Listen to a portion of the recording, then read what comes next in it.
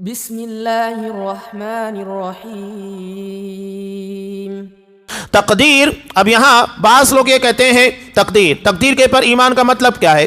تقدیر کے پر ایمان کا مطلب یہ نہیں ہے کہ آپ اپنے گناہ اپنی غلطیوں کو اللہ کے سر موڑ دیں، نعوذ باللہ۔ نہیں، اللہ اگر علم کی بنیاد کے پر جانتا ہے، علیم ہونے کی بنیاد پر تمام چیزوں کا علم رکھتا ہے، اس کا مطلب یہ نہیں کہ اللہ نے آپ کو اجازت دی ہے۔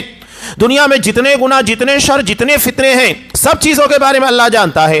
تو کیا اللہ کے جاننے کا مطلب یہ ہو گیا کہ اللہ نے اجازت دی ہے؟ نہیں، اللہ جانتا ہے لیکن اجازت نہیں دی ہے۔ دونوں کے درمیان بہت بڑا فرق ہے۔ ایک مثال شیخ عبد الرحمن کیلانی رحمہ اللہ نے بہت پیاری بیان کی تھی کہ تقدیر کو اگر سمجھنا ہے تو اس کے لیے ایک مثال دی۔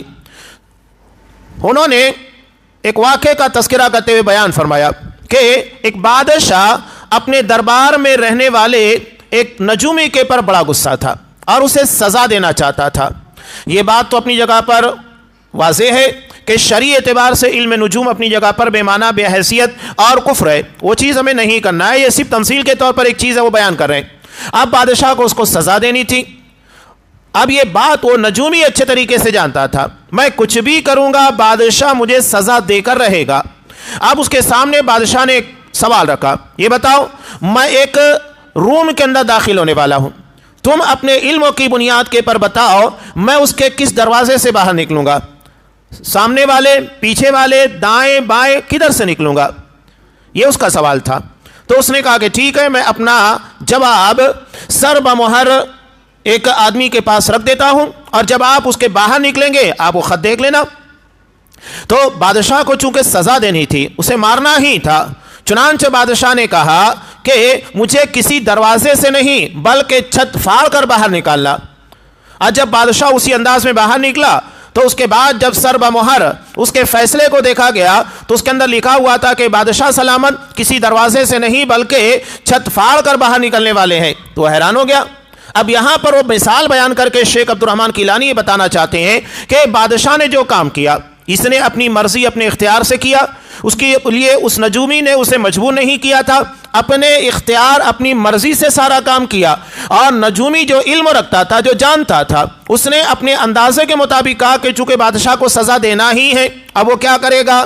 یقینی بات ہے کہ زمین کے اندر تو جائے گا نہیں، دروازے سے باہر نہیں نکلے گا، چھت پھاڑ کر ہی نکلے گا۔ اس لیے اس نے اپنے اندازے کے مطابق وہ بات لکھ دی جو اپنی جگہ پر صحیح ثابت ہو گئی۔